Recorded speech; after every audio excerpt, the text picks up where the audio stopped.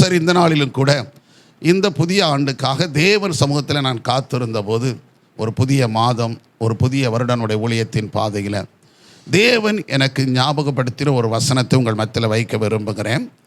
ஆதியாம் புஸ்தகம் 12ஆம் அதிகாரம் 2ஆம் வசனம். எல்லாருக்கும் தெரிந்த ஒரு வசனம்.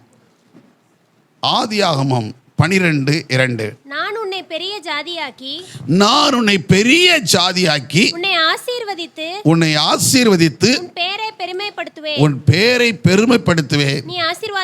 நீ ஆசீர்வாதமாயிருப்பாய். பக்கத்தில் பார்த்து கொடுங்க, கை கொடுத்து சொல்லுங்க, நீ ஆசீர்வாதமாயிருப்பாய். அல்லேலூயா. நாம் ஆசீர்வாதமாயிருக்க வேண்டும். ஆபிரகாமை கர்த்தர் அழைக்கிறார். ஆபிரகாமை அழைத்த தேவர் அவருக்கு சொல்லும்போது என்ன சொல்றார்னா, நான் உன்னை பெரிய என்ன செய்வேன், ஜாதியாக்கி உன்னை ஆசீர்வதித்து உன் பேரை என்ன செய்வேன், பெருமைப்படுத்துவேன். நீ அதனால எப்படி இருப்பாய், ஆசீர்வாதமாய் இருப்பாய்ப்பா. அல்லேலூயா. தேவன் ஆசீர்வாதமாய் இருப்பாய். இதுதான் இந்த நாளில் நம்முடைய செய்தி. நீ ஆசீர்வாதமாய் இருப்பாய் அப்படின்னு சொல்லி ஆவியானவர் உணர்த்திட்டே இருந்தார். இந்த 31வது வருடத்தில் அடியெடுத்து வைத்து இருக்கிறோம். நம்ம எல்லாரையும் ஆசீர்வாதமாய் வைப்பதற்கு தேவன் விரும்புகிறார். ஆமென். இப்போ இந்த காரியங்களை ஆசீர்வாதமாய் இருப்பாய் சொன்ன இதை வைத்துக்கொண்டு நான் மறுபடியும் ஜெபிச்சுக்கிட்டே இருந்தேன். கர்த்தர் இந்த வசனங்களை கொடுத்து ஆரம்பித்ததிலிருந்து கடந்த ஒரு வாரம், போன வாரத்துக்கு முன்னாடியே எனக்கு இந்த வசனத்தை ஞாபகப்படுத்திட்டார் 1ஆம் தேதிக்காக.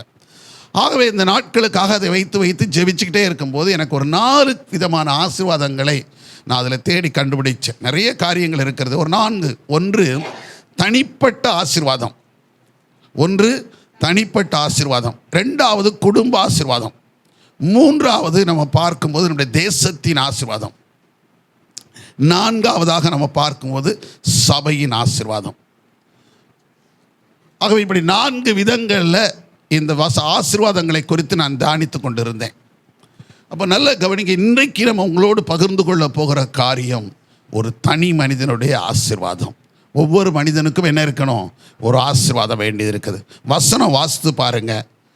நிறைய நேரங்களை நான் செலவழிக்க விரும்பல. சிம்பிளாக சில காரியங்களை மட்டும் உங்களுக்கு எல்லாம் ஞாபகப்படுத்தி, எல்லாம் தெரிந்த வசனமாக தான் இருக்கும். அடிக்கடி நம்ம வாசித்த வசனங்களாய்த்தான் இருக்கும்.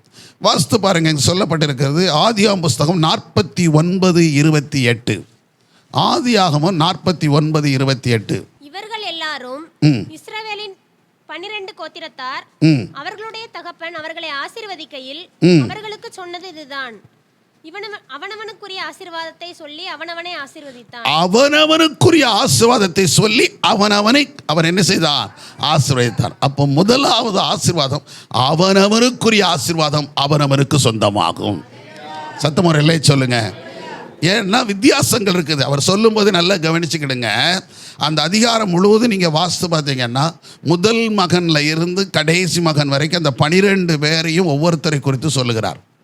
அப்போ ஒவ்வொருத்தருக்கும் சொல்லிட்டு வரும்போது ஒரே ஆசீர்வாதத்தை எல்லாத்துக்கும் சொல்லலை. இப்போ நம்ம இவ்வளோ பேர் கூடியிருக்கிறோம். நம்ம இவ்வளோ பேர் கூடியிருந்தாலும் நம்ம எல்லாருக்கும் ஒரே ஆசீர்வாதம் வரப்போகிறது கிடையாது. அது ஒரே ஆசீர்வாதம் எல்லாருக்கும் தேவையும் இல்லை. ஒரே ஆசீர்வாதத்தை கொடுத்து நம்ம என்ன பண்ண போகிறோம்? ஏன்னா ஒருத்தருக்கு அது பிரயோஜனமாக இருக்கும், இன்னொருத்தருக்கு அது இல்லாத போகும். ஆமாம். இப்போ நீ நல்லா கவனிச்சுக்கிடுங்க. நான் ஒரு புரியுது மாதிரி சொல்கிறேன். இப்போ அரசாங்கம் சில காரியங்களை செய்கிறாங்க.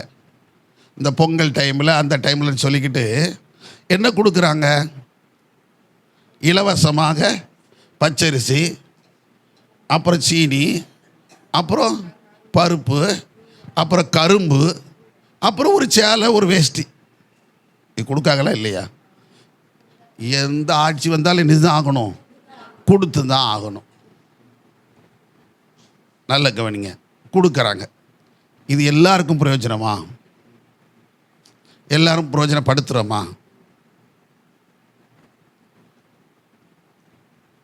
சொல்லுங்களேன். இல்லை. அவரவர் தேவையறிந்து கொடுத்தா அது பிரயோஜனம். இது தேவையில்லாமல் கொடுக்குறோம். ஏன்னா அவங்க அரசாங்க சூழ்நிலை, நாங்கள் ரேஷன் கார்டு வச்சுருக்க எல்லாருக்கும் நாங்கள் கொடுத்து தான் என்ன செய்யணும். இதை நீங்கள் கொடுக்காமலேயே ஒட்டுமொத்தத்துக்கு இது எதுவுமே நாங்கள் தரமாட்டோம், அதுக்கு பதில் உங்களுக்கு ஒரு 1000 ரூபாய் தந்துடுறோம் எல்லாருக்கும் ரேஷன் கார்டு, நீங்கள் என்ன வேணாலும் வாங்கிக்கோங்கன்னா என்ன செஞ்சுருவாங்க, அவங்கவுங்க தேவைக்கு வாங்கிக்கிறோம். அப்படி தானே நம்ம ஆட்கள் அதில் ரொம்ப இருக்கும். அதையும் கொடுத்து எதையும் கொடுங்கங்க. அந்த 2000 ரூபாயும் கொடு, இந்த 1000 ரூபாயும் கொடு, அது வேறு தனியாக கொடு, இதையும் கொடு. அப்படி நம்ம ஆட்கள் அப்படி இருக்கிறாங்க. இதையும் விட மாட்டேன், அதையும் விட மாட்டேன். நான் எதுக்கு சொல்ல வரேன்னா, நிறைய பேர் வீட்டில் அது யூஸ் இல்லாமல் தான் இருக்குது. அந்த வேஸ்ட்டு யூஸ் ஆகுதா, அந்த சேலை யூஸ் ஆகுதா, நிறைய வீட்டில் கிடையாது. அந்த கரும்பு வாங்கிட்டு வந்து அப்படியே சாச்சி வச்சு 2 நாள் கழித்து தூர தான் தூக்கி போடுதாங்க. அதை திங்குறதுக்கு நேரம் இருக்க மாட்டேங்க, வைக்க மாட்டேங்க, அப்படியே சாஞ்சு. ஏன்னா அது கரும்பாக கொடுத்தா தானே பரவாயில்ல. அந்த கரும்பு உரிச்சு தோகையை தவிர வேறு ஒன்றும் இருக்க மாட்டேங்குது. பேருக்கு கரும்புன்னு வந்துடுது, அவ்வளோதானே இருக்குது. அதில் நம்மளாம் சாப்பிட்றது கிடையாது. அந்த கரும்பு வீட்டில் நட்டு வச்சுருந்து சும்மா ஏதோ ஒரு மூளைக்கடையில் கிடக்கும். அப்புறம் 2 நாள் 3 நாள் அது 1 வாரம் கழித்து தூக்கி எங்கே இருக்குது, வெளியில் எரிஞ்சிடும். அப்படி தான் நடக்குது. எல்லா வீட்லேயும் சாப்பிட்றது கிடையாது. அது பிரயோஜனம். அந்த பச்சரிசி கூட எல்லா வீட்டில் உடனே செஞ்சிடுறாங்களா? செய்யலை. கிடக்கட்டும், பரவாப்பான்னு சொல்லி அது பச்சரிசி கூட கட்டு புழுத்து போயிடுது. இப்படியெல்லாம் நடக்குது. நான் எதுக்கு சொல்கிறேன்னா, அப்போ தேவை அறிந்து கொடுத்தா மட்டும்தான். ஒருத்தர் திருப்தியாக இருக்கவனை போட்டு வேதம் அப்படி தான் சொல்லு, திருப்தி அடைந்தவன் எதை கூட மிதிப்பான், தேன் கூட்டையே மிதிப்பான். அவனுக்கு போய் அண்ணே டீ குடிச்சிட்டு போயிருங்கண்ணே, அண்ணே உங்களுக்கு அதை ஸ்பெஷலாக செஞ்சுருக்க. அவன் அப்போ தான் சாப்பிட்டு வயிறு நிறைய சாப்பிட்டுவான். அவனை போய் கட்டாயப்படுத்தி, அண்ணே பிரியாணி சூப்பராக இருக்குது சாப்பிடுங்கண்ணே, நல்ல மனமாக இருக்குது சாப்பிடுவானா? எப்போ நான் என்ன செஞ்சுட்டேன், வயிறு பழைய சோறுறோம் என்ன வயிறு நிறைய நினைச்சுட்டுட்டேன். நீ முதல்ல சொல்லியிருந்தா நான் வந்து சாப்பிட்ருப்பேன். நீ சாப்பிட்டு வரஞ்சோன்னு சாப்பிட்டு வந்துட்டேன். இப்போ நீ அதை கூட இதை கூட என்னால் சாப்பிட முடியாதுப்பா, என்னை தயவுசெய்து விட்டுரு அப்படிமா. அதனால் அவனுக்கு அது தேவையில்லை. ஆனால் பசியாக இருக்கிறவனுக்கு நீங்கள் பழைய சோறு ஊறுகாய் கொடுத்தாலும் தேவை தான். நல்ல பசியாக இருக்கவன் என்ன வெறும் பழைய சோறு தான் இருக்குது, வேறு ஒன்றும் இல்லை, என்னமா இருக்கு, ஒரு வெங்காயத்தை எடுத்து போட்டு சாப்பிட்றது அப்படிம்பாங்க. புரியுதுங்களா? அவனுக்கு அது தேவை. அதுதான் வேதம் சொல்லுது. அவரவருக்குரிய ஆசீர்வாதத்தை அவரவருக்கு கர்த்தர் தருகிறார். ஏன்னா அவசியமில்லாத ஆசீர்வாதம் நமக்கு அவசியமும் இல்லை. தேவையில்லாத வாங்கி வச்சு நம்ம வீடுகளில் ஏற்கனவே நிறைய பொருட்கள் என்ன செய்யுது, நம்ம வீடுகளில் தேடி பார்த்தோம்னா பலசரக்கு கடைகளில், அது மாதிரி இந்த பாத்திர கடைகளில் இல்லாத பொருளெல்லாம் நம்ம வீட்டில் பொருள் இருக்குது. பாத்திர கடைக்காரனே வந்து பார்த்தானே, ஏன்னா எங்கள் வீட்டில் இப்படி பொருள் இல்லையாம்மா, நாங்களே கடையில் இப்படி வைக்கலையே அப்படிமா. ஏன்னா அதெல்லாம் எப்படியோ வாங்கி நம்ம என்ன பண்ணி வச்சுருக்குறோம், கட்டி சாக்கில் கட்டி மேலே போட்டு வச்சுருக்குறோம். எல்லா வீட்லேயும் இருக்குது. தேவைப்படும் சொல்லியே கடைசியில் அது ஒரு காலம் கழிக்கும் போது என்ன செய்வோம்னா, தேவைப்படாமல் எங்கே போகுது, பழைய கடைக்கு போகுது. புரியுதுங்களா? ஏன்னா யூஸ் பண்ணலைன்னா ஒரு காலம் கழிச்ச பிறகு கெட்டு போயிடும். அதே மாதிரி தேவையில்லாத நமக்கு வேணாம், தேவையுள்ளதை கர்த்தர் தந்தா போதுமானது. ஆமென். எத்தனை பேர் ஏற்றுக்கொள்றீங்க? அவரவருக்குரியது. இப்போ இங்கே இத்தனை பேர் இருக்கிறோன்னா, எனக்கு என்ன வேணுமோ அது எனக்கு தந்தா போதும், உங்களுக்கு என்ன வேணுமோ அது உங்களுக்கு கொடுத்தா போதும். உங்களுக்குரியது எனக்குரியது உங்களுக்கும் கொடுத்தா என்ன இருக்காது, பிரயோஜனம் இருக்காது. வஸ்திரங்கள் போல தான். நீங்கள் சேலையாவது கட்டிட்டு போயிடலாம், யார் வேணாலும் கட்டிடலாம். ஆனால் பேண்ட் சட்டை அப்படி என்ன செய்ய முடியாது, போட முடியாது. அந்த சைஸுக்குரியது அந்த ஆளுக்கு தான் பயன்படும், அடுத்தவங்களுக்கு அது என்ன ஆகாது, பயனாகாது. அப்படி தானே? அதே போல் எவ்வளோ தான் கொடுத்து, இல்லைப்பா இது சூப்பராக இருக்கு நீ வச்சுக்கிடுவான், வாங்கிக்கிடுவாங்க. சும்மா வேணால் வீட்டில் கிடக்கும். அது மடித்த மாதிரியே கொடுத்த அன்னையிலேருந்து அப்புறம் அது அப்படி இத்து போகிற வரைக்கும் அது அப்படி தான் இருக்கும். இல்லை யாருக்காவது அவங்க கொடுத்தா தான் உண்டு, அவங்க யூஸ் பண்ண முடியாது. அதே போல் ஆண்டவர் நமக்கு கொடுக்குற இந்த காலை வேளை சொல்ல, அவரவருக்குரிய ஆசீர்வாதத்தை அவரவருக்கு தருவேன்னு கர்த்தர் சொல்கிறார். சத்தமுறையிலே சொல்லுங்க. ஏன் அப்படின்னா, சங்கீதம் வேதத்தை வாசிக்கும் போது 24ஆம் சங்கீதம் அவனவருக்குரிய ஆசீர்வாதம் சொல்லும்போது யாருக்கு எப்படி ஆசீர்வதிக்கிறாங்க? வாசனம் 24:4-5 வாசிங்க. கைகளில் சுத்தமுள்ளவனும் இதயத்தில் மாசில்லாதவனுமாய் இருந்து தன் ஆத்துமாவை மாயைக்கு ஒப்புக்கொடாமலும் கபடாய் ஆணையிடாமலும் இருக்கிறவனே அவன் கர்த்தரால் ஆசீர்வாதத்தையும் தன் ரட்சிப்பின் தேவனால் எதையும் பெறுவான், நீதியையும் பெறுவான். அவனவருக்குரிய ஆசீர்வாதம் சொன்னா, பெற்றுக்கொள்வதற்கு தேவன் எப்படி நம்ம கைகளில் முதல்ல என்ன இருக்கணும், சுத்தம் இருக்க வேண்டும். கைகளிலே சுத்தமுள்ளவரை தான் தேவன் ஆசீர்வதிக்கிறார். நாம் சுத்தமுள்ளவர்களாக இருக்க வேண்டும். நம்முடைய கரங்கள் தீதானவைகளை என்ன செஞ்சிடக்கூடாது, செய்திடக்கூடாது. தீதானதை பெற்றுக்கொள்ளவும் கூடாது, வாங்கி கொள்ளவும் கூடாது. அதான் கைகளின் சுத்தம் சொல்றார். வார்த்தையில் நிறைய பேர் பேசுவாங்க, வார்த்தை ஜாலங்கள் நிறைய உண்டு, சவுடால பேசுகிறவங்க உண்டு. ஆனால் செயல்களில் சிந்திச்சு பாருங்க. இப்படி தான் இருக்கிறாங்க. அதனால் இப்படிப்பட்ட சூழ்நிலை நான் அப்படி இருப்பேன் இப்படி சொல்கிறது எல்லாரும் சொல்லலாம், தலைவன்லேருந்து தொண்டன் வரைக்கும் சொல்லலாம். ஆனால் கையில் என்ன வேணும்? என்ன வேணும்? கையை பாருங்களேன், இந்த கை சுத்தமானதாக இருக்கணும். அல்லேலூயா. இந்த கை தேவையில்லாத செய்யவும் கூடாது, தேவையில்லாத வாங்கவும் கூடாது. ஆமேன்.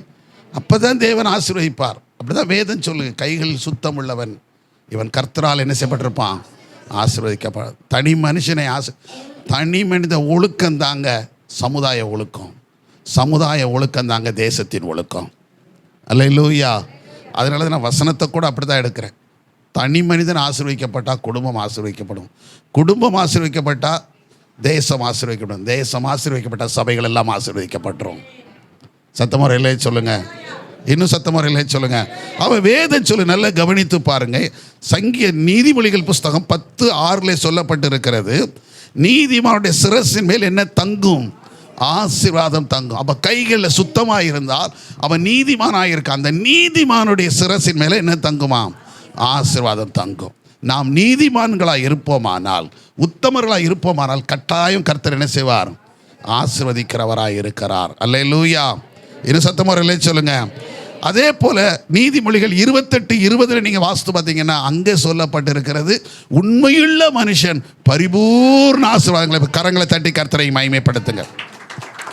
அப்போ உண்மை வேணும். அல்லேலூயா.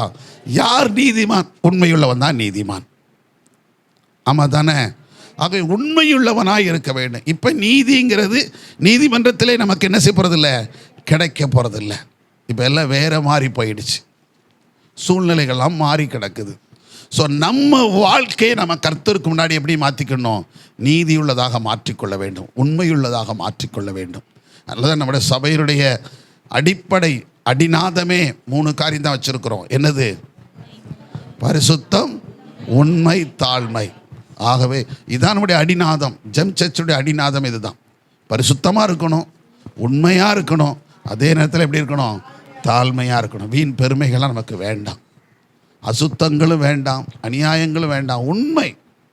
கொஞ்சத்தில் உண்மையிலோடு தான் நான் என்ன இருக்குன்றாரு, அநேகத்தில் அதிகாரியாக்குவேன்னு சொல்கிறார். இப்போ கொஞ்சம் காரியம், சின்ன சின்ன காரியத்தில் கூட எப்படி இருக்கணும்? நம்ம உண்மையாக இருப்போம். தேவன் அதை பார்க்கிறார். நம்ம என்ன செய்யணும், எப்படி செய்யணும் என்ற கர்த்தருக்கு தெரியும். அவர் சரியாக செய்துட்டு போயிடுவார். உண்மையுள்ள மனுஷன் பரிபூர்ண ஆசீர்வாதங்களை பெறுவான் என்று சொல்லப்பட்டிருக்கு. சரி, நல்லா கவனிச்சுக்கிடுங்க. தேவன் நம்மை எப்படி ஆசீர்வதிக்க, ஒரு தனி மனுஷனை எப்படி ஆசீர்வதிக்கிறார் சொல்லி அங்கே சொல்லப்பட்டிருக்கிறது. ஆதியாகமம் புஸ்தகம் 49 வந்துருங்க. ஆதியாகமம் 49 அவனவனுக்குரிய ஆசீர்வாதம் அவனவனுக்கு சொல்லப்பட்டிருக்கு இல்லையா? அப்போ எப்படி ஆண்டவர் ஆசீர்வதிக்கிறார் அப்படின்னு சொன்னால் 49:26 வாசிங்க. உன் தகப்பனுடைய ஆசீர்வாதங்கள், உன் தகப்பனுடைய ஆசீர்வாதங்கள் என் பிதாக்களுடைய ஆசீர்வாதங்களுக்கு மேற்பட்டதாய் இருந்து, என் பிதாக்களுடைய ஆசீர்வாதங்களுக்கு மேற்பட்டதாய் இருந்து நித்திய பர்வதங்களின் முடிவு மட்டும் எட்டுகின்றன. நித்திய பர்வதம் மட்டும் எட்டுகிறதா இருக்கிறது. அவைகள் யோசேப்புடைய சிரசின் மேலும், அவைகள் யோசேப்புடைய சிரசின் மேலும், தன் சகோதரரில் விசேஷித்தவனுடைய உச்சந்தலையின் மேலும் வருவதாக. உன் சகோதரருடைய விசேஷத்தினுடைய உச்சந்தலையின் மேலும் வருவதாக. அல்லேலூயா. தேவன் நம்மை எப்படி ஆசீர்வதிக்க விரும்புகிறார்? நல்ல கவனி. அவனவனுடைய ஆசீர்வாதம். உண்மையுள்ள மனுஷனுக்கு கர்த்தர் செய்கிற கைகளில் சுத்தமாக இருக்கணும், நீதிமான்களாக இருக்கணும். அப்படி இருந்தால் தேவன் நம்மை ஆசீர்வதிக்கிறார் என்று பார்க்கிறோம். சரி, இங்கே நல்ல கவனிங்க. முதலாவது, நம்முடைய முன்னோர்களை பார்க்கிலும், நம்முடைய தாய் தகப்பனை பார்க்கிலும் கர்த்தர் நம்மை ஆசீர்வதிக்கிறார். அப்படிதான் சொல்லப்பட்டிருக்கு. யாக்கோபு தன் மகனை ஆசீர்வதிக்கும் போது, என்னுடைய ஆசீர்வாதம் என் தகப்பனுடைய ஆசீர்வாதத்தை பார்க்கல எப்படி இருந்தது? மேற்பட்டதா இருந்தது. கரங்களை தட்டி கர்த்தரை மகிமைப்படுத்துங்க. பக்கத்தில் சொல்லுங்க, உங்கள் அப்பா அம்மாவை விட, உங்கள் முன்னோர்களை விட கர்த்தர் உங்களை ஆசீர்வதிச்சிருவார். அல்லேலூயா. எங்கள் அப்பா போல என்ன ஆசீர்வதின்னு கேட்காதீங்க. அதுலேருந்து எனக்கு கொஞ்சமாவது ஆசீர்வாதம் கேட்காதீங்க. அதை விட மேலாக தான் கர்த்தர் ஆசீர்வதிக்க விரும்புகிறார். ஏன்னா நல்லா கவனிச்சுக்கிடுங்க. 2 பேர் அண்ணன் தம்பி. இந்த யாக்கோபும் ஈசாக்கும் ஏசாவும் போகிறாங்க. ஈசாக்கு ப்ளஸ் பண்ணுறாரு, ஆசீர்வதிக்கிறாரு. யாக்கோபு முதல்ல ஆசீர்வதிச்சாச்சு. அனுப்பிவிட்டாச்சு, ஆசீர்வதிச்சுட்டு போயிட்டான்.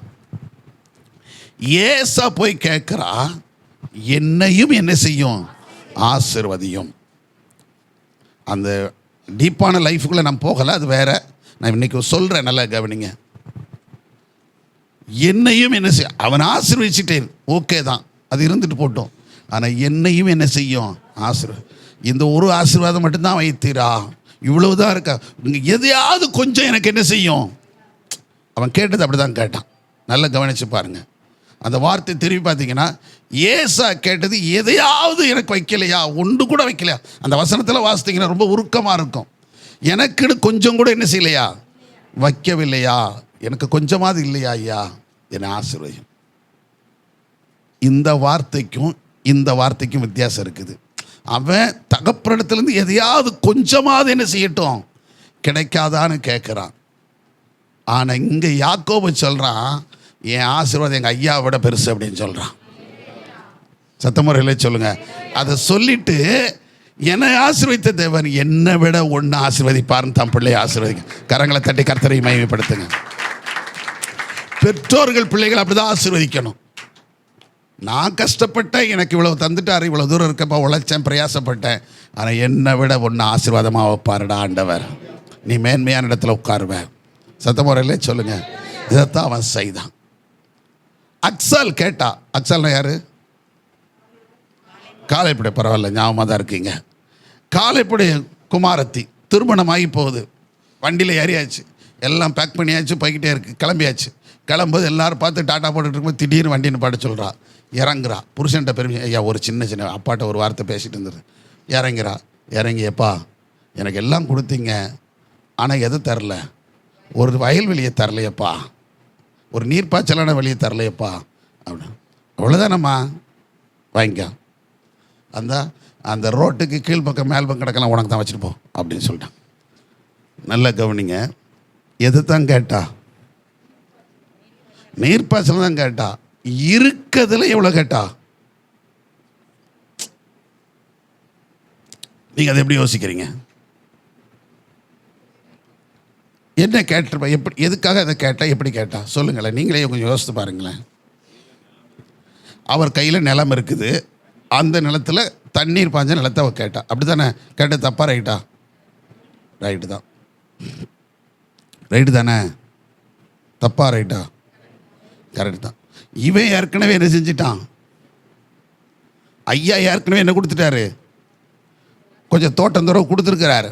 ஆனால் அந்த அம்மா திருப்தி அடையாமல் கீழே வந்து என்ன செய்கிறாங்க, திரும்ப வந்து கேட்குறாங்க, எனக்கு கொஞ்சம் வேணும் அப்படின்னு. சரி, நீர் பாய்ச்சலானது வேணும், சரி இந்த வச்சுக்கோ அப்படின்னு சொல்லி கேட்டேன், கொடுத்துட்டார். நான் என்ன சொல்கிறேன், அந்த அம்மா அதை கேட்காமலேயே ஆண்டவர்கிட்ட கேட்டிருந்தான்னு வைங்களேன். ஏன்னா அப்பா கிட்ட இருக்கிறதுல கொஞ்சத்தில் எனக்குன்னு, ஏன்னா அண்ணன் தம்பி நிறைய இருக்கான், மீதி அக்கா தங்கச்சி இருப்பாங்க, அண்ணன் தம்பி இருக்காங்க, பிள்ளைகள் இருக்காங்க, பிள்ளைகள் பேர பிள்ளைகள் இருக்கும், மாமா மரும, அவனுக்கெல்லாம் கொடுக்கணும். அதில் இருக்கிறதுல கொஞ்சத்தை தான் அவள் கேட்டா, எல்லாத்தையும் தானு கேட்கல. ஆனால் யாக்கோபு அப்படி கிடையாது. அவள் ஐயாட்ட இருந்து எல்லாத்தையும் வாங்கிட்டு அதை விட பெரிய ஆளாக மாறிட்டான். அதனால தான் அவன் சொன்னான், என்னுடைய ஆசீர்வாதம் எங்கள் அப்பாவை விட எங்கள் தாத்தாவை விட பெருசுடா, என்னை விட ஒன்றை கர்த்தர் ஆசீர்வச்சிருவாரு. சத்தமுறை இல்லை சொல்லுங்க. உங்ககிட்ட இருந்து கொஞ்சம் கொடுங்கப்பா அப்படின்னு கேட்காத, என்னை ஆசீர்வதிச்சவர் என்னை விட ஒன்று ஆசீர்வதிப்பார். அக்சால் கேட்டது உங்ககிட்ட இருந்து கொஞ்சம் கொடுங்கப்பா. இது இது இயல்பு சகோதரிமார்களுக்கு, பெண்களுக்கு இயல்பு. இவங்க எவ்வளோ பெரிய அதிகாரியாக வேணா இருப்பாங்க, படிச்சிருப்பாங்க, பட்டம் வாங்குவாங்க, நல்ல சம்பளம் வாங்குவாங்க, புருஷன் மனைவி நல்ல உயர்ந்த அந்தஸ்தில் இருப்பாங்க. இருந்தாலும் அம்மா வீட்டுக்கு போனேன்னு வைங்க, அப்பா வீட்டுக்கு போனால் அங்கே போனவொடனே, ஏம்மா இந்த பானை ரொம்ப நாள் சும்மா கவுத்து தானே போட்டிருக்கிய, எதை அங்கே கிடக்கிற ஒரு அலுமினிய பானை இவங்களை உறுத்தும். அந்த மேலே கிடக்கு பார்த்தீங்களா, அது உறுத்தும். அதை போய் இது சும்மா தானே இருக்குது, எனக்கு கொடுத்த நான் வெண்ணியாவது போட்டு கொடுங்கல அப்படின்னு கேட்பாங்க. பார்த்துருக்கீங்களா? ஆமாம் தானேங்க. நீங்கள் எல்லாம் ஆமாம் சொல்லும் போதே புரியுது. அப்படி தையா ஒருக்கா நாங்களும் எடுத்துகிட்டு வந்தோம். எப்போனாலும் அம்மா வீட்டுக்கு போனால் உடனே அது என்ன செய்கிறது, எதையாவது இல்லைனாலும் இந்த சும்மா இருக்க மாட்டாங்க. நேற்றுக்கு என்ன உங்கள் அம்மா வீட்டு போனேன், சும்மா வந்த ஒன்று எட்டு வரலையா, இங்கே வந்த இடத்துல இது என்ன செய்யுது, அவங்க கேட்பாங்கன்னு சொல்லிட்டு எடுத்துகிட்டு வந்தோம் அப்படிங்கிற மாதிரி. இது இப்படியே பழகிட்டோம். நம்ம அங்கே இருக்கிறதுல ஒன்றை ஏற்றிட்டு வந்துடணும். அதுதான் அக்சாலுக்குள்ளே இருந்துச்சு. போன கொடுத்துட்டார், எல்லாம் கொடுத்தாச்சு. இருந்தால் கூட இதில் ஒரு பங்கு நம்ம கேட்டுக்கிடுவோமே, அது கொஞ்சம் கிடக்குல்ல, கேட்டு பார்ப்போமே. தரலைன்னாலும் பரவாயில்ல, தந்தாலும் இப்படி தான் அவன் இறங்கியிருக்கணும். கேட்டு பார்ப்போம், கொடுத்தா கிடைச்சா லாபம், இல்லைன்னா போகுது அப்படின்னு சொல்லி. ஆண்டவர்கிட்ட அப்படிலாம் நீங்கள் கேட்க வேண்டாம். அவர் அளவில்லாமல் நம்மை ஆசீர்வதிக்கிறவர். அவரவர் காரியங்களுக்கு எனக்கு என்ன தேவையோ அதை கட்டாயம் தருவார். ஆனால் ஒரே நாள் அது என்ன செய்யாது, நடக்காது, கிடைக்காது. சிலருக்கு வந்து உடனே ஆசீர்வாதம் வர்ற மாதிரி தெரியும். ஆனால் சிலருக்கு காத்திருந்து தான் பெறணும். ஆனால் எது மேன்மைன்னா காத்திருந்து பெறுவதுதான் மேன்மை. துரிதமாக இவர் ஆசீர்வாதம் என்ன ஆகுது, அவ்வளோதான். துரிதமாய் வந்ததுன்னா உடனே சில வீட்டில் பார்த்தீங்கன்னா டக்குன்னு காரியம் நடந்த மாதிரி தெரியும். அவங்களுக்கும் ஆண்டவருக்கும் பெரிய உறவெல்லாம் இருக்காது. ஏதோ பேருக்கு கோயிலுக்கு போவாங்க, வருவாங்க, இருப்பாங்க. கர்த்தருக்கு எதுவும் கொடுத்துக்கிட மாட்டாங்க, எதுவும் செஞ்சுக்கிட மாட்டாங்க. ஆனால் அவங்க காரியங்கள் மட்டும் நெஞ்சிட்டே இருக்கும், வாழ்த்துக்கிட்டே இருக்கும். அவ்வளோதான். அது பார்க்கும்போது ஏப்பா அவங்கள பாருங்கள் என்ன பண்ணால் அது, அதெல்லாம் மைண்டில் கொண்டாடாதீங்க. நம்ம இத்தனை வருஷம் உண்மையாக இருக்கிறோம், நம்ம இவ்வளோ காணிக்க கொடுக்குறோம், நம்ம இவ்வளோ தசமாக கொடுக்குறோம், இதை செய்தோம் அதை செய்தோம், நம்ம இப்படியே இருக்கிறோம். ஆனால் அவங்களுக்கு எல்லாம் நடந்துக்கிட்டே இருக்கையா, அது நிலை பெறாது. இது நிலையானது. அவன் சொல்கிறா பாருங்க அந்த வார்த்தையை, என் தகப்பனுடைய ஆசீர்வாதம் என்னுடைய ஆசீர்வாதம், என் தகப்பனுடைய ஆசீர்வாதத்தை பார்க்கல என்னது மேற்பட்டது. அது எங்கே வரைக்கும் போயிடுச்சான், நித்திய பர்வத வரைக்கும் போய் நின்னது. அப்போ ஆண்டவர் கொடுக்கிற ஆசீர்வாதம் எங்கே வரைக்கும் போகணும், நித்திய பர்வதம் வரைக்கும் போகணும். அவர் வருகிற வரைக்கும் அந்த ஆசீர்வாதத்தில் நம்ம ஓடிக்கிட்டே இருக்கணும். அல்லேலூயா. நீதிமன்றம் வரைக்கும் போயிடக்கூடாது. இப்போ நிறைய ஆசீர்வாதம் எங்கே தான் போகுது, நீதிமன்றத்துக்கு தான் போகும். அங்கே தான் போகுது, அங்கே தான் போகும். ஆனால் நமக்கு ஆண்டவர் கொடுக்குற ஆசீர்வாதம் நித்திய பர்வதம் வரைக்கும் போகணும். சத்தமா, இன்னும் சத்தமாக சொல்லுங்க. அடுத்து ஒரு காரியம் சொல்றாரு பாருங்க, 25ஆம் வசனம். உன் தகப்பனுடைய தேவனாலே அப்படியே ஆயிற்று, அவர் உனக்கு துணையா இருப்பார், கர்த்தர் உனக்கு துணையா இருப்பார், சர்வ வல்லவராலே அப்படி ஆயிற்று, சர்வ வல்லவராலே உனக்கு அப்படி ஆயிற்று. அவர் உயர வானத்திலிருந்து, நல்ல கவனிங்க, இங்க எப்படி சொல்றாரு பாருங்க, உயர வானத்திலிருந்து உண்டாகும் ஆசீர்வாதத்தினாலும் கீழே பூமியின் ஆழத்திலிருந்து உண்டாகும் ஆசீர்வாதத்தினாலும் ஸ்தலங்களுக்கும் கர்ப்பங்களுக்குள்ள ஆசீர்வாதத்தினாலும் உன்னை ஆசீர்வதிப்பார். கரங்களை தட்டி கர்த்தரை மகிமைப்படுத்துங்க. 3 ஆசீர்வாதம் சொல்றார் பாருங்க. ஒன்று எங்க உள்ளது, வானத்தில் உயர, அங்கே என்னெல்லாம் அவர் வச்சிருக்காரோ அங்கேருந்து. ஏன்னா அவர் சொல்லியிருக்காருல, என் வானத்தில் பலகணிகளை திறந்து நான் உங்களை என்ன செய்வேன், இடம் கொள்ளாமல் போக மாட்டோமா ஆசீர்வதிப்பார். அதான் சொல்ல, வானத்திலிருந்து என்னென்ன ஆசீர்வாதம் உண்டோ அதெல்லாம் பெற்றுக்கொள்ளணும். ஏசாவை ஆசீர்வதிக்கும் போது ஈசாக்கு இப்படி தான் ஆசீர்வதிச்சார். உன்னுடைய ஆசீர்வாதம் ஒன்று கூட இல்லையாப்பா, எதுவுமே இல்லை, எல்லாத்தையும் அவனுக்கு கொடுத்துட்டாடா, அப்போ எனக்கு என்ன தான் வச்சுருக்க. அப்போ ஒரே ஒரு காரியத்தை தான், உன்னுடைய ஆசீர்வாதம் எதோடு தான் இருக்கும், வானத்தின் பனியோடும் பூமியின் சாரத்தோடும் என்ன செய்யும் இருக்கும். நல்ல கவனிங்க, இது 2 சாதாரண ஆசீர்வாதம் அல்ல. இன்றைக்கும் அரேபிய கண்ட்ரியில் இருக்கிற அத்தனை பேரும், ஈரானாக இருக்கட்டும், ஈராக்காக இருக்கட்டும், அப்புறம் சவுதி அரேபியா இருக்கட்டும், அந்த சுற்று வட்டாரம் துபாய் எல்லாம் எதை எடுத்துக்கிட்டாலும் சரி, எல்லாம் இன்றைக்கி செழிப்பாக இருப்பதற்கு காரணம் என்ன, மற்ற நாடுகளை விட அவங்க கோடீஸ்வரலாக இருப்பதற்கு காரணம் என்ன, அவங்களுக்கு 2 தான். அவங்களுக்கு 2 ஆசீர்வாதம் தான். ஒன்று வானத்தின் பனி, இன்னொன்று என்ன தான், பூமியின் சாரம். அதுதாங்க பெட்ரோல், கச்சா எண்ணெய். அதுதான். அது யாருக்கு கொடுக்கப்பட்டது, ஏசாவுக்கு கொடுக்கப்பட்ட ஆசீர்வாதம். ஏன்னா ஏசாவுக்கும் அவங்களுக்கு என்னையா சம்பந்தம் அப்படின்னு கேட்டால், அங்கே இருக்கிற அவ்வளோ இஸ்லாமியர்களும் எந்த வம்சாவளியை சேர்ந்தவர்கள், ஏசாவின் வம்சாவளி. யாக்கோவும் ஏசாவும் 20 வருஷம் கழித்து சேர்றாங்க. சேர்ந்ததுக்கப்புறம் 2 பேரும் ஒரே இடத்துல இருந்தாலும், அவன் தகப்பனுடைய மரணத்துக்கு பின்பு 2 பேரும் ஒரே இடத்துல வளவிடாதவளுக்கு 2 பேருக்கு என்ன பெருகிட்டு இருந்துச்சு, ஆசீர்வாதம் ஆண்டவர் கொடுத்துக்கிட்டார், 2 பேருக்கும் கொடுத்தார். அதனால ஒரே இடத்துல 2 பேரும் தாங்க பூமி அவங்களை என்ன செய்யலையா தாங்கக்கூடாதபடி, நல்லா கவனிச்சுக்கிடுங்க, பூமி தாங்க முடியாத அளவுக்கு கர்த்தர் யாக்கோபையும் ஆசீர்வதித்தார், ஏசாவையும் ஆசீர்வதித்தார். அதனால ஏசா என்ன சொன்னான்னா, எப்பா நீ இங்கே இரு, நான் என்ன செய்கிறேன், பக்கத்து ஊருக்கு போயிடுறேன், ஒரே இடத்துல நம்ம 2 பேரும் இருக்க முடியாது, அதனால் நான் கிளம்பிடுறேன் அப்படின்னு அவர் கிளம்பி போன இடங்கள் தான் இன்றைக்கு இருக்கிற அரேபிய தேசங்கள் முழுவதும். அங்கே ஏன்னா அவனுடைய மனைவி தான் யார், இஸ்மவேலுடைய மகள். ஏசா யாரை திருமணம் பண்ணியிருந்தார், இஸ்மவேல் மகளை தான் திருமணம் பண்ணியிருந்தார். அந்த இஸ்மவேலின் சந்ததிகளில் வந்தது தான் ஈசாக்கு. ஏசாவுக்கும் இஸ்மவேல் மகளுக்கும் பிறந்த பிள்ளைகள் தான் அடுத்து எல்லா இடத்திலும் பரவ ஆரம்பித்தார்கள். சத்தமுறையிலே சொல்லுங்க, கர்த்தர் நல்லவர். இப்படி அந்த சந்ததிகள் பெருகினது, வாழ்ந்தது, வளர்ந்தது. இதை நம்ம பார்க்கிறோம். இப்போ வரைக்கும் எல்லா நாடுகளும் அந்த நாடுகளை எதிர்பார்த்து என்ன செய்கிறாங்க. இந்த இப்போ சமீபத்தில் கூட பார்த்தீங்கல்ல, ஈரானுக்கும் அமெரிக்காவுக்கும் என்ன நடக்குது, யுத்தம் நடந்தது. இப்போவும் இன்னும் இதாகலை, இப்போ ஒப்பந்தம் போட்டிருக்காங்க, இன்னும் பேச்சுவார்த்தைகள் நடந்துக்கிட்டு தான் இருக்குது. ஆனால் நல்லா கவனிங்க, அப்போ அதில் ஊழையில் அந்த ஒரு சின்ன யுத்தம் முழு உலகத்தையும் என்ன செஞ்சிருச்சு, ஸ்தம்பிக்க வச்சிருச்சு. எல்லா வியாபாரங்களும் பாதிக்கப்பட்டுருச்சு, எல்லா தொழிலும் பாதிக்கப்பட்டுருச்சு. அந்த அளவுக்கு பூமியின் சாரம் உலகத்தில் விலையேற பெற்று மறந்துடக்கூடாது. புரியுதுங்களா? சத்தமுறையிலே சொல்லுங்கள். இதைத்தான் அவன் வாக்கு பண்ணுறார். என்னென்னா, கர்த்தர் உன்னை எங்கேருந்து ஆசீர்வதிப்பார்னா, வானத்தில் இருக்கிற அங்கே வானத்திற்கு மேலாக இருக்கிற அந்த ஆசீர்வாதங்களினாலும் பூமியின் ஆழங்களுக்குரிய ஆசீர்வாதம், பூமியின் ஆழத்தில் என்னென்னலாம் இருக்குதோ அத்தனை விதமான, இது நம்ம பெட்ரோல் மட்டும்தான் நம்ம சொல்லுங்க, இது மாதிரி எத்தனையோ இருக்கிறது.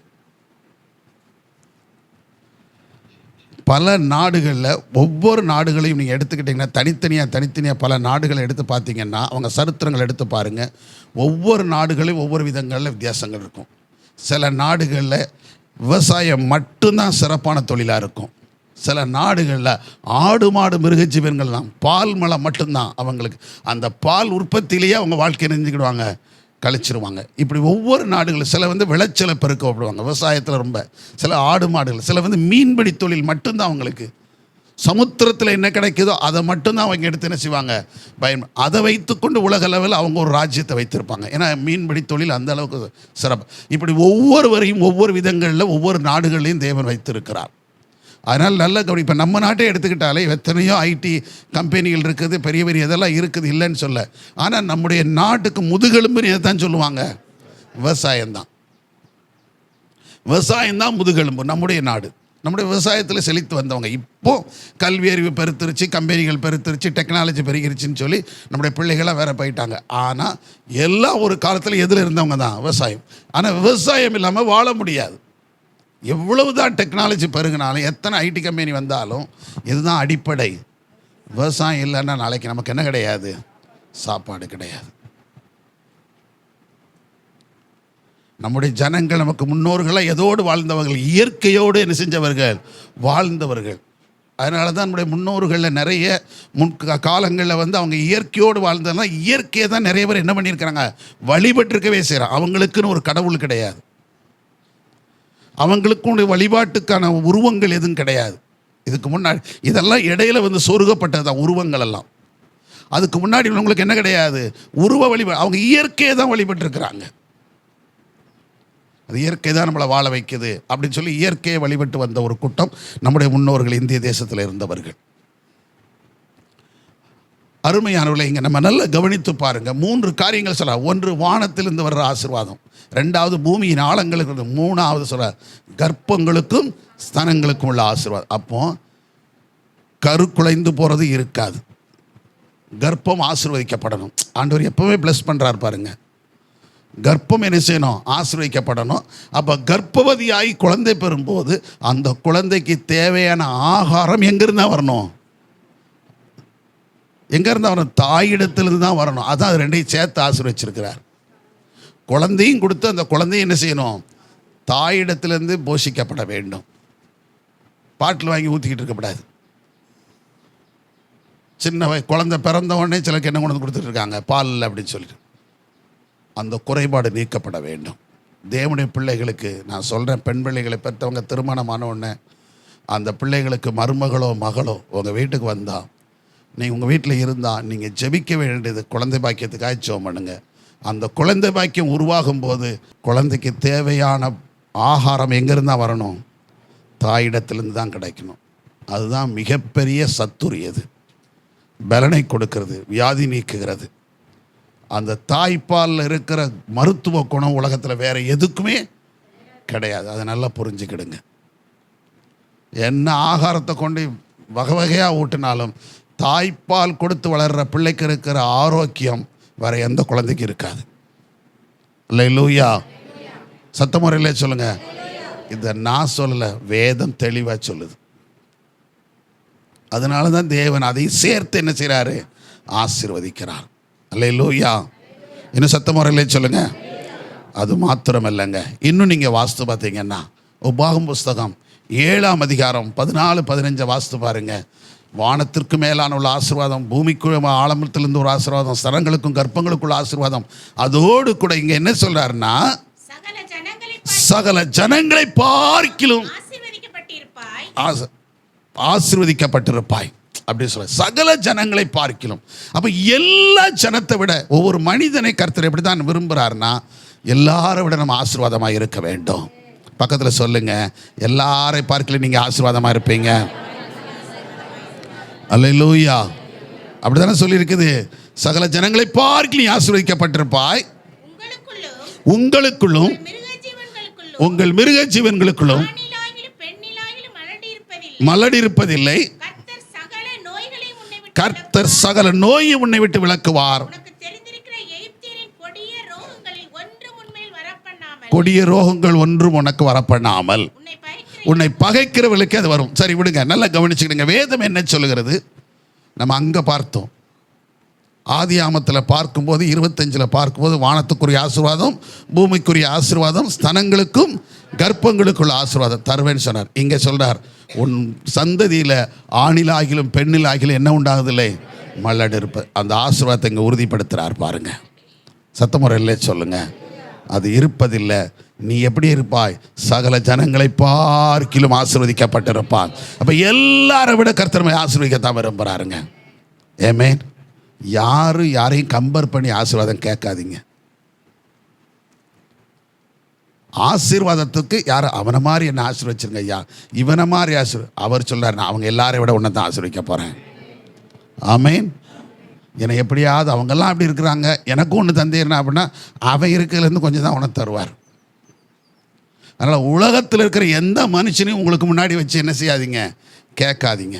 அவங்களாம் நல்லா இருக்காங்க, நான் தான் ஒன்றா தான் படித்தோம், ஒன்றா தான் வாழ்ந்தோம், ஒரு ஊரில் தான் இருந்தோம், ஆனால் அவங்களாம் நான் மட்டும்தான் கஷ்டம், இதெல்லாம் சொல்லாதீங்க. அவங்கள விட உயர்ந்த இடத்துல வைக்கத்தான் கர்த்தர் ரொம்ப விரும்புகிறார். பக்கத்தில் சொல்லுங்க, எல்லாரை விட உயர்த்தி தான் பார்க்க விரும்புகிறார். ஆசீர்வாதத்தை குறைவாக தரமாட்டாருங்க. ஆனால் சில காலங்கள் வைத்திருக்கிறார். அண்ணாலும் பெண்ணினாலும் ஒரே வீட்டில் தான் இருக்கிறாங்க. அண்ணாலும் பெண்ணினாலும் எங்கே தான் இருக்காங்க? ஒரே வீட்டில் தான் இருக்கா. ஆனால் அவளுக்கு என்ன கிடைக்குது? குழந்தை இருந்துட்டு இருக்குது. இவளுக்கு என்ன இல்லை? குழந்தை இல்லை. அதே போல் நீங்கள் இந்த பக்கம் எடுத்துக்கிட்டீங்கன்னா, யாக்கோடைய மனைவியாகிய ராகேலுக்கும் லேயாளுக்கும் ஒரே வீட்டில் தான் இருக்கிறாங்க. ஆனால் லேயாளுக்கு என்ன கிடச்சிட்டு இருக்குது? குழந்தை கிடச்சிட்டு இருக்கு. ராகேலுக்கு தரல. அது அவங்களுக்கு வருத்தமாக தான் இருக்கும். அண்ணாளுக்கு வருத்தமாக தான் இருந்துச்சு. அழுதா, புலம்புனா, என் வாழ்க்கையில் இப்படி இருக்குதே அப்படின்னு சொல்லிட்டு. ஆனால் காலங்கள் கடந்தது. ராகேலுடைய காலம் கடந்தது, அண்ணாளுடைய காலம் கடந்தது, எலிசபெத்துடைய காலம் கடந்துச்சு. இப்படி ஒவ்வொருத்தரையும் சிந்திச்சு பாருங்க. எல்லாம் காலம் கடந்துச்சு. நாட்கள் வந்தபோது கர்த்தர் கொடுத்தார். இந்த குழந்தைகள்லாம் எடுத்து பாருங்க, எடுத்து பாருங்க. லேயாவுடைய குழந்தைகளுடைய பெயர்கள் பட்டியலில் வர்றதை விட யார் பேர் மேலே போயிடுச்சு? ராகேலுடைய மகன் யோசேப்புடைய பேர் மேலே போயிடுச்சு. அந்த யோசேப்பு தான் இந்த 12 பிள்ளைகளையும் அவன் பாதுகாக்க வேண்டிய நிலைமைக்கு வந்துட்டான். புரியுதுங்களா? யார் அற்பமாக நினைக்கப்பட்டாரோ அவள்கிட்ட பிறந்த பிள்ளை தான் மேன்மை அடைஞ்சிச்சு. சத்தமுறை இல்லை சொல்லுங்க. அண்டாளு மகன் தான் யாரானா? சாமுவேல் தீர்க்கதரிசியாகி ராஜாக்களே என்ன செய்தான்? அபிஷேகம் பண்ண வேண்டிய நிலைமைக்கு வந்தான். ஆனால் பெனினாளுடைய பிள்ளைகள் அங்கே இருந்தாங்களான்னு என்ன செய்யலை? சொல்லப்படலை. இப்படி ஒவ்வொருத்தரையும் பாருங்க. எலிசபெத்துடைய நாட்களும் பாருங்க, எலிசபெத்துக்கு முந்தியும் நிறைய குழந்தைகள் இருந்துச்சு. ஆனால் எலிசபெத்துடைய மகன்தான் வேதத்தில் வர யோவான் ஸ்நானகனாய் பிறந்து கர்த்தருக்கே வழி ஆயத்தப்படுத்துவவராக மாறினான். அதே போல பழைய ஏற்பாட்டில் மறுபடியும் நீங்கள் பார்த்தீங்கன்னா நியாயாதிபதிகளில் வாசிக்கும் போது அங்கே மனாசையின் சிம்சோனுக்கு பிறந்த போது அவனும் அங்கே அவனுடைய தாய் தகப்பனும் குழந்தை கிடையாது, எல்லாருக்கும் குழந்தை இருக்குது, இவங்களுக்கு இல்லை. ஆனால் ஒரு நாள் தேவன் அவங்களை ப்ளஸ் பண்ணினார். அங்கே இருக்கிற ஜனங்களுக்குள்ளே மிகப்பெரிய பலசாலியாக அவன் மாறினான். சத்தமாக இல்லை சொல்லுங்க. இதுதான் தேவன் கொடுக்கிறது சிறப்பானதான் கொடுப்பார். பக்கத்தில் சொல்லுங்க. அதுக்கு தான் கர்த்தர் என்ன பண்ணுறாரு, அதுக்கு தான் என்ன செய்கிறாரு. ஆமாம், ஒரு ராஜா சிறந்த படம் வரைகிறவர்கள் ஆர்டிஸ்ட், அவங்களுக்கு நான் ஒரு விருது கொடுப்பேன் அப்படின்னு சொல்லிட்டார். அதற்கான ஆயுதங்கள் எங்கே கொடுக்கப்பட்டுருச்சு, இவங்க கையில் ஒவ்வொருத்தருக்கும் ஒரு போர்டு மாதிரி கொடுத்துட்டாங்க. இதில் நீங்கள் என்ன செய்யுங்க, படம் வரைஞ்சிட்டு வந்துருங்க அப்படின்னு சொல்லிட்டு கொண்டு போயிட்டாங்க. கொண்டு போய் ஒரு நாள் குறிக்கப்பட்டாச்சு, எல்லாருக்கும் மனசில் தோன்றதை இந்த மாதிரி வரைஞ்சிட்டு வரணும் அப்படின்னு சொல்லி இவங்க கொண்டு வந்துட்டாங்க. கொண்டு போயிட்டாங்க, எல்லோரும் வரைகிறாங்க. ஒரு இது கொடுப்பாங்கள்ல, இப்போ போட்டிலாம் கொடுக்கும்போது அப்படி தானே கொடுப்பாங்க. காமனாக என்ன கொடுத்துருவாங்க, ஒரு டாபிக் கொடுத்து இதில் தான் நீங்கள் என்ன செய்யணும், வரையணும், இந்த படத்தை வரைஞ்சிட்டு வரணும்னு சொல்லிட்டாங்க. ஏன்னா அப்போ தானே தெரியும் வித்தியாசம் இருக்கா அப்படின்னு சொல்லிட்டு அதுமாதிரி வரைஞ்சிட்டு வர சொல்லிட்டாங்க. அப்போ எல்லாரும் ஆரம்பிச்சிட்டாங்க, அதை சுத்தப்படுத்தி எல்லாம் பண்ணிட்டாங்க. ஒருத்தன் மட்டும் என்ன செஞ்சிருக்காங்கன்னா, தினம் அந்த போர்டு எடுக்க வேண்டிய நல்லா தேய்க்க வேண்டியது. என்ன செய்ய வேண்டியது, தேய்ச்சி வச்சுட்டே இருக்கான். டேட் வந்துருச்சு, படமே என்ன செய்யலை, வரையலை. என்ன பண்ணிக்கிட்டு இருக்கான், தேய்ச்சிக்கிட்டே இருக்கிறான். நல்லா தேய்ச்சி கடைசி நாள் வந்துருச்சு. இப்போ பார்டரை கட்டி கொண்டு போயிட்டான். எங்கே கொண்டு வச்சுட்டான், அங்கே கொண்டு வச்சுட்டான். இப்போ எல்லாம் வரிசையாக எல்லா படம் இப்படி தானே ராஜா பார்க்கும்போது இப்படி தானே இருக்கும், இப்படி சுற்றி வச்சுருக்காங்க. வச்சு இப்படி அந்த ஸ்டாண்டில் அங்கங்கே மாட்டி வச்சாச்சு. இவள் தலைவரும் கொண்டு போயிட்டார். என்ன கொண்டு போயிட்டார், விருதை கொண்டு போயிட்டார். எல்லாம் கேலியெல்லாம் என்னடா இப்படி வந்திருக்க அப்படின்னு சொல்லி கேலி பண்ணிட்டே இருக்காங்க. இவன் ஒன்றுமே சொல்ல, வச்சிருவான், வச்சாச்சு பார்டர் கட்டி. கடைசியில் ராஜா வந்து அப்படியே வரிசையாக பார்த்துட்டே வர்றாரு. இங்கே வரும்போது எல்லாம் மிளிருது. யார் இதில், இவன் கூட பார்க்கும்போது எல்லா படத்தையும் பார்க்குற ஒன்று வித்தியாசமாக இருக்குது. இதை பார்த்தோன்னே இவனால் ஒன்றும் சொல்லவில்லை. என்ன அப்படின்னு பார்த்தா, இந்த அத்தனை படத்துடைய பிரதிபலிப்பு எதுக்குள்ளே வந்துக்கிட்டு இருக்குது. இவன் கண்ணாடி மாதிரி இறக்கி விட்டான். தேய்ச்சி வந்தோன்னா அத்தனை படமும் எதுக்குள்ளே தெரியுது. இப்போ நல்லா கவனிங்க, சில ஆர்டிஸ்ட் நீங்கள் பாருங்கள், சில படங்களை பார்த்தீங்கன்னா சில முகம் இப்படி இருக்கும். நீங்கள் இப்படி போனீங்கன்னா அந்த கண்ணு உங்களை பார்க்குற மாதிரியே தெரியும். நீங்கள் இந்த பக்கம் போனீங்கன்னா அந்த கண்ணு உங்களை பார்க்குற மாதிரி தெரியும். பார்த்துருக்கீங்களா? ஃபோட்டோ அப்படியே தான் இருக்கும், படம் அங்கே தான் இருக்கும். ஆனால் நீங்கள் இப்படி இங்கிட்டு மூவ் பண்ணிங்கன்னா அது உங்களை என்ன செய்யும், பார்க்குறோம். சரி இப்படி போவோம் அப்படின்னு சொல்லி இப்படி போய் பார்த்தீங்கன்னா அந்த கண்ணு உங்களையே பார்த்துக்கிட்டு இருக்க மாதிரி இருக்கும். பார்த்துருக்கீங்களா? இது வந்து என்னது, அவருடைய திறமை, அந்த நுணுக்கம். அதை வரைகிறான் பார்த்தீங்களா, அந்த நுணுக்கம். அதனால தான் இப்படியெல்லாம் வரும்போது இதே போல் இந்த படத்தில் பார்த்தீங்கன்னா எல்லாம் பிரதிபலிக்குது. உள்ளே பார்த்தீங்கன்னா சில படங்கள்லாம் இருக்குது, அதில் பார்த்தீங்கன்னா இப்படி இப்படி கிட்ட வச்சு பார்த்தா ஒன்று தெரியும், கொஞ்சம் கிட்ட தள்ளினா வித்தியாசம் தெரியும். கொஞ்சம் இந்த முன்னாடி ஏசுரார் படமும் மாதா படமும் போட்டு விட்ருப்பாங்க ஒரு சின்ன போர்டில். அந்த இப்படி போர்டை வச்சு பார்த்து இப்படி பார்த்தா ஏசுனார் படம் தெரியும், லேஸ் அப்படி திருப்பினா போது மாதா தெரியும். பார்த்துருக்கீங்களா? ஒரே படத்தை இப்படி காமிச்சிருப்பாங்க. இதெல்லாம் இப்போ இல்லை, இப்போ ஏஐ பிஐ அதெல்லாம் இருக்குது. அந்த காலத்தில் கல்வி அறிவே இல்லாத போல செஞ்சுருந்தாங்க அந்த காலத்தில். அப்போ எவ்வளோ பெரிய திறமைசாலிகளாக இருப்பாங்க. அதனால தான் இருக்கையிலே பெஸ்ட்டு பிக்சர்னு சொல்லி அந்த காலத்தில் எதை எடுத்தாங்க, டாவின்சி கோடு. அந்த லேடி பேர் என்ன பேர், மோனலிசா. அந்த படம் அவ்வளோ பிரபலியமானது காரணம் தான் அந்த ஆர்ட் வரைஞ்சது. அது அவ்வளோ வித்தியாசமாக வரைஞ்சிருக்கிறான் மோனலிசா படத்தை. அதனால தான் அது ரொம்ப சிறந்த ஒரு படமாக மாறிடுச்சு. நான் எதுக்கு சொல்கிறேன், நல்லா கவனிச்சுக்கிடுங்க. இதே போல் எல்லாரும் பார்க்கும்போது எது ஃபேமஸாக இருக்குது, அவர் ராஜா சொல்லிட்டார் இதுதான் இருக்கையில் என்னது ரொம்ப பெஸ்ட். ஏன்னா இதுக்குள்ளே அப்படி லேயராக தெரியுது.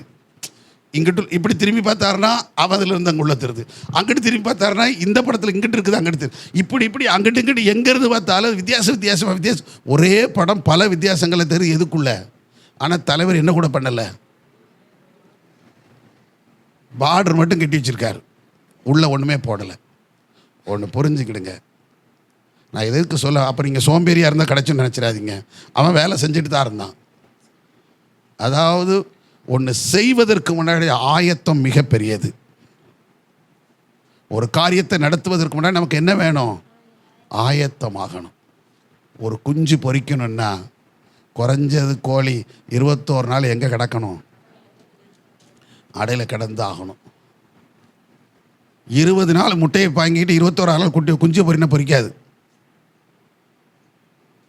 குறைஞ்சது 21 நாள் என்ன செய்தாகணும்? அடகாத்து தான் ஆகணும். 15 நாளில் 12 நாளில் குஞ்சு பொறிச்சிருச்சுன்னா அந்த குஞ்சு என்ன செய்யாது? பிழைக்காது, செத்து போயிடும். எப்படி தாயின் கருவில் அந்த 9 மாதங்கள் எப்படி கருவில் இருந்து வளரணுமோ, 10 மாதம்னு சொல்கிறாங்க. யாராவது எண்ணி சொல்லுங்க பாப்பா 10 மாதம்ன்ட்டு. பேர் தான் 10 மாதமே தவிர ஆக்சுவலாக நிறைவாக 10 மாதம் யாரும் என்ன செய்கிறதில்ல இல்லை. அந்த 10 மாதத்துக்கு முன்னாடி துவங்கும் போதே என்ன குழந்தைரும் 9 மாதம் நிறைவானதுக்கு அப்புறமே அவன் எப்போ வேணாலும் அந்த குழந்தை என்ன செய்யும்? அவ்வளோ நாள் இருந்தால் தான் அந்த குழந்தை வளர்ச்சி முழுமையாக 7 மாதத்தில் 8 மாதத்தில் அந்த குழந்தை வரும்போது அது எப்படி தான் இருக்குது சரீரத்தில். அதனால தான் குறைப்பிரசவம்னு சொல்கிறாங்க. சர்வீக்க அந்த பிள்ளைகளுக்கு நிறைய பாதிப்பு இருக்குது. எப்போ பார்த்தா ஒரு சின்ன ஒரு இது நடந்தாலும் டக்குன்னு வியாதி அதை என்ன செஞ்சிடும்? தொத்திக்கிறோம். ஒரு எதிர்ப்பு சக்தி அந்த பிள்ளைகளுக்கு இருக்காது. அதில் இப்போ பார்த்திங்கன்னா 10 மாதம் ஆன பிள்ளைகள் சொல்லி நம்ம எடுத்தாலும் இந்த சிசர் பண்ணி எடுக்கிற பிள்ளைகளுக்கும் அதே போல் என்ன உண்டு? பலவீனம் ரொம்ப உண்டு. ரொம்ப ஜாக்கிரதையாக தான் இருக்கணும் அவங்களுக்குன்னு. ஏன்னா அவங்க போராடி வரல பார்த்தீங்களா? நார்மலாக வர்ற பிள்ளைகள் என்ன செஞ்சுட்டு வரும்? போராடி வெளியில் வரும். அதனால அதுக்கு எதிர்ப்பு சக்தி நிறைய உண்டாம். இதுக்கு எந்த போராட்டமும் அப்படியே தூக்குறதுனால எதிர்க்கிற நிலை எதற்கு இருக்காது. ரொம்ப ஜாக்கிரதையாக இருக்க வேண்டும்.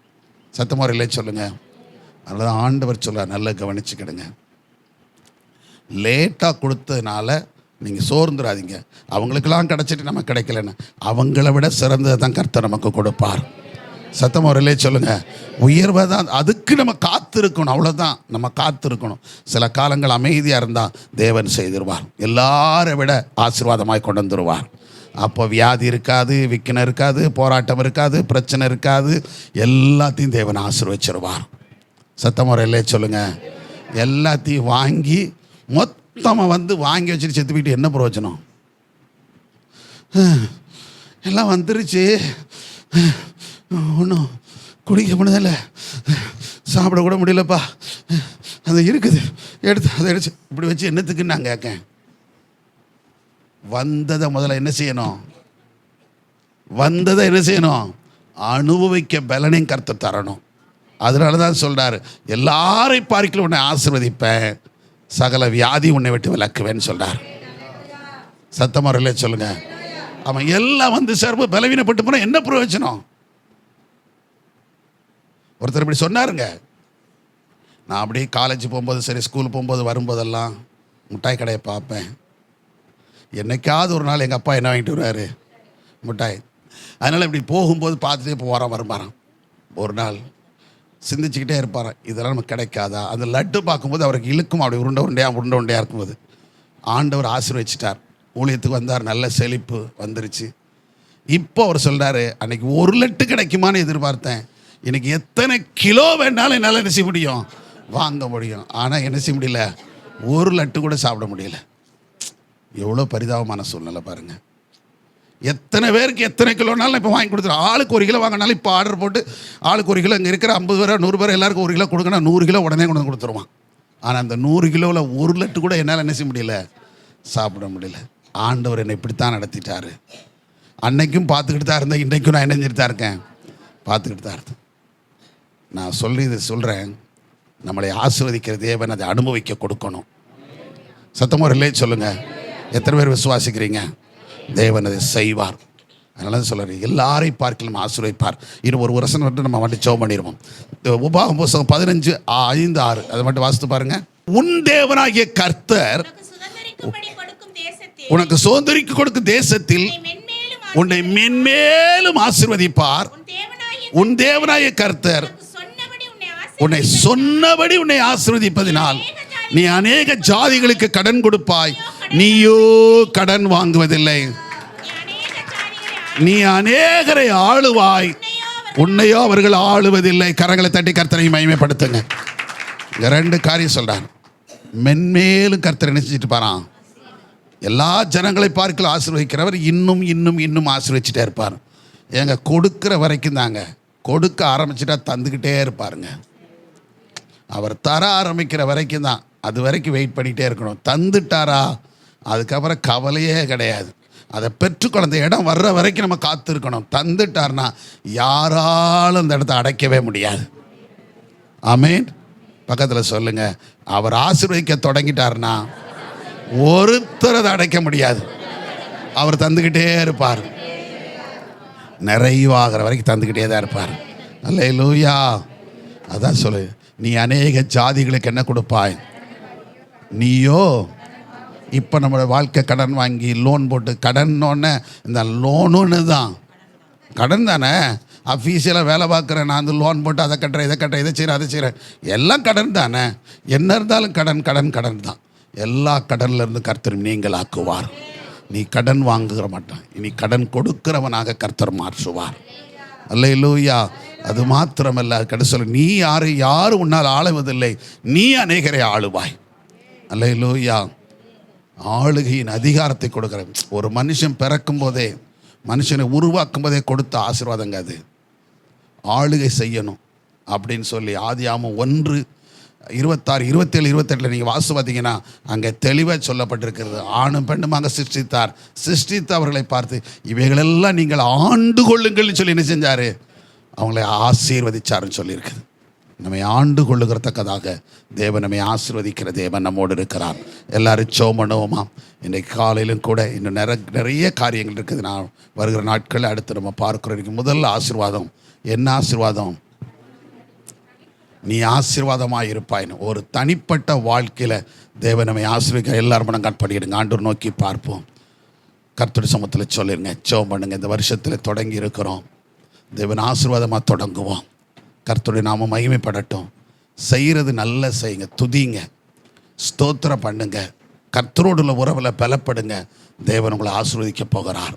இந்த மாதம் முழுவதும் உங்களை ஆசீர்வதிச்சிருவார். இந்த ஆண்டு முழுவதும் உங்களை ஆசீர்வதிப்பார். இனி வரும் நாள் முழுவதும் அநேகருக்கு ஆசீர்வாதம் வர பாத்திரங்களாக நம்மளை மாற்றுவார்.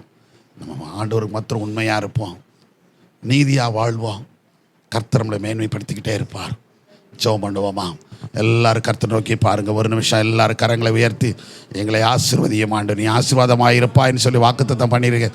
அந்த வார்த்தையின்படி எங்களை ஆசீர்வதியும் ஆண்டவர், எங்களை ஆசீர்வதியும் ஆண்டவர், எங்களை என்னை ஆசீர்வதியும், என்னை ஆசீர்வதியும், எங்களை ஆசீர்வதி, எங்களை ஆசீர்வதி. எல்லாரும் சொல்லுங்கள், எங்களை ஆசீர்வதிச்சிருங்கப்பா, ஆசீர்வதிச்சிருங்கப்பா. இந்த வார்த்தையின்படி கர்த்தாவே ஸ்தோத்திரம். கற்பத்தின் கனி ஆசீர்வதிப்பேன்னு சொன்னீங்க ராஜா. ஆண்டவரே, வானத்துக்குரிய ஆசீர்வாதம், பூமிக்குரிய ஆசீர்வாதத்தினாலே ஆசீர்வதிப்பேன்னு சொன்னீங்களே ராஜா. ஆண்டவரே ஸ்தோத்திரையா. பெற்றோர்களை பார்க்கலாம், முன்னோர்களை பார்க்கலாம் ஆசீர்வதிப்பேன்னு சொன்னீங்களே. சகல ஜனங்களை பார்க்கலாம் ஆசீர்வதிப்பேன்னு சொன்னீங்க. மென்மேலும் உன்னை ஆசீர்வதிப்பேன்னு சொன்னீங்களே. வியாதியை விளக்குவதாக ஆசீர்வதிப்பேன்னு சொன்னீங்களே ராஜா. ஆண்டவரே ஸ்தோத்திரம். கப்ப விழுகிறது இல்லாதபடிக்கு அதை ஆசீர்வதிப்பேன்னு சொன்னீங்களே. அப்படியே கர்த்தரை துதிச்சுக்கிட்டே இருங்க. ஓவி பிரைஸ்வரா. வாதை கூடாரத்தை அணுகாதபடி பாதுகாக்க நம்மை ஆசீர்வதிக்கிற தேவன். நீ அநேகர் ஜாதிகளுக்கு கடன் கொடுக்கக்கூடிய அளவுக்கு ஆசீர்வதிப்பேன்னு சொன்னீங்களே. நீ கடன் வாங்காதபடி கடன் கொடுப்பாயின்னு சொன்னீங்களே. அந்த வார்த்தையின்படி ஒவ்வொருவரையும் நீர் ஆசீர்வதிப்பீராக, ஆசீர்வதிப்பீராக ராஜா. எங்கள் அன்பின் தகப்பனே, இந்த காலை வேளையிலே சமூகத்தில் நின்று நோக்கி பார்க்கிறோம். இந்த வருஷத்துடைய துவக்க நாள் 31வது ஆண்டுடைய முதல் நாளில் உங்களுடைய சமூகத்தில் இருக்கிறோம்ப்பா. உங்களுடைய கிருபை இருக்கட்டும்.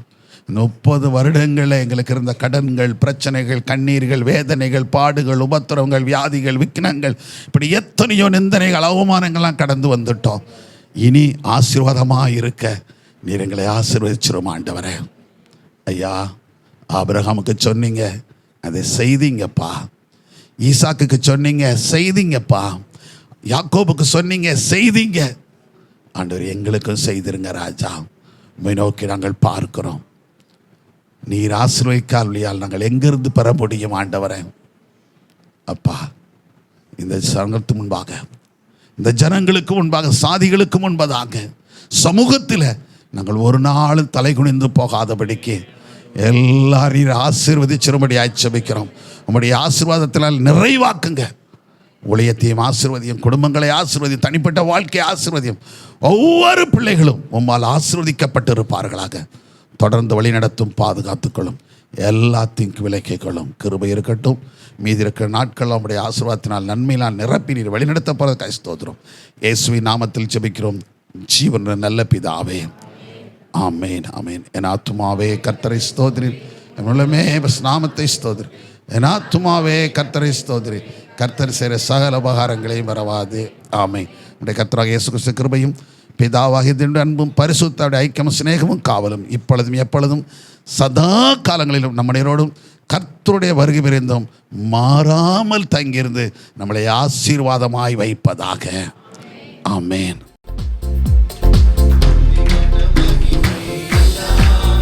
நம் இயேசு ராஜாவுக்கே துதி கன மகிமை எல்லாம்.